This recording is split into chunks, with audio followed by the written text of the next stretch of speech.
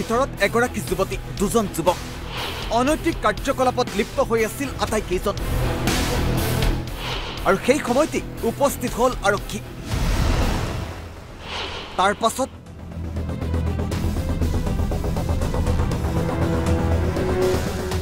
ঘটনা দলগাঁৱৰ বেছিমাৰীৰ ফকিৰ আলী নামৰ এজন লোকৰ ঘৰৰ ভিতৰত সোমাই আছিল এইগৰাকী যুৱতী লগত দুজন যুৱক ফকিৰ আলী নাৰীদেহ ব্যৱসায়ৰ পুৰণি ব্যৱসায়ী নিজৰ ঘৰটোক কৰিছে নাৰীদেহ ব্যৱসায়ৰ ঘাটি গাঁওবাসীৰ খবৰৰ ভিত্তিত আৰক্ষীয়ে ফকিৰ আলীৰ ঘৰত উপস্থিত হৈ আপত্তিজনক অৱস্থাত উদ্ধাৰ কৰে যুৱতীসহ দুই যুৱকক আৰক্ষীয়ে আটক কৰে ফকিৰ আলী তেওঁৰ পত্নী আৰু তিনি যুৱক যুৱতীসহ 5 জনক কালি আমি বিশেষ সূত্ৰে গম পাইছোঁ যে তাতে ফকিৰ আলী বুলি এজন মানুহ তেওঁ আচলতে আজি বহুত বছৰ ধৰি এই ব্যৱসায়টোৰ লগত জড়িত আমি যোৱা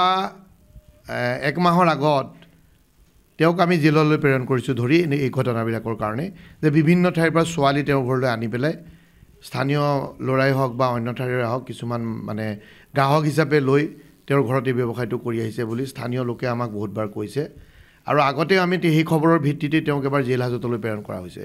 আৰু আমি গম পাইছোঁ তেওঁ নগাঁও জিলাৰ কামপুৰ থানাৰ এটা ধৰ্ষণৰ গোচৰৰ লগতো অভিযুক্ত আৰু সেই গোচৰটো এতিয়া আদালতত চলি আছে আৰু কালি আমি তেনেকৈ স্থানীয় লোকৰ খবৰৰ ভিত্তিত আমি ৰাতি 9টামান বজাত গৈছোঁ স্থানীয় লোকো বহুতখিনি তাত হাজিৰ মানে সেই সময়ত আছিল আৰু আমি তেওঁৰ ঘৰত তালাচী কৰি এগৰাকী যুৱতী আৰু কেইজনমান মানে যুৱকক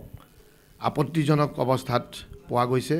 আৰু সেই সংক্ৰান্তে আমি তেখেতক ইতিমধ্যে এই যিকেইজন যুৱক পাইছোঁ আৰু ফকিৰ আলী আৰু তেওঁৰ পৰিবাৰক এই গোচৰ আমি এটা গোচৰ ৰুজু দি পুনৰ আকৌ এটা গোচৰ ৰুজু দি গ্ৰেপ্তাৰ কৰিছোঁ যোৱা 2 মাহৰ আগতে নৱেম্বৰ মাহত আমি এটা কেছ তেওঁৰ এগেইনষ্টত গোচৰ ৰুজু দিছিলে আৰু সেইটোত তেওঁক প্ৰেৰণ কৰা হৈছিল জেললৈ আৰু ওলাই আহি পুনৰ তেওঁ আকৌ এই ঘটনাটোৰ লগত জড়িত হৈছে কালি আমি খবৰ পাই সেইকাৰণে তৎকালীনভাৱে তেওঁৰ ঘৰত তালাচী কৰিছোঁ আৰু কৰি পেলাই আমি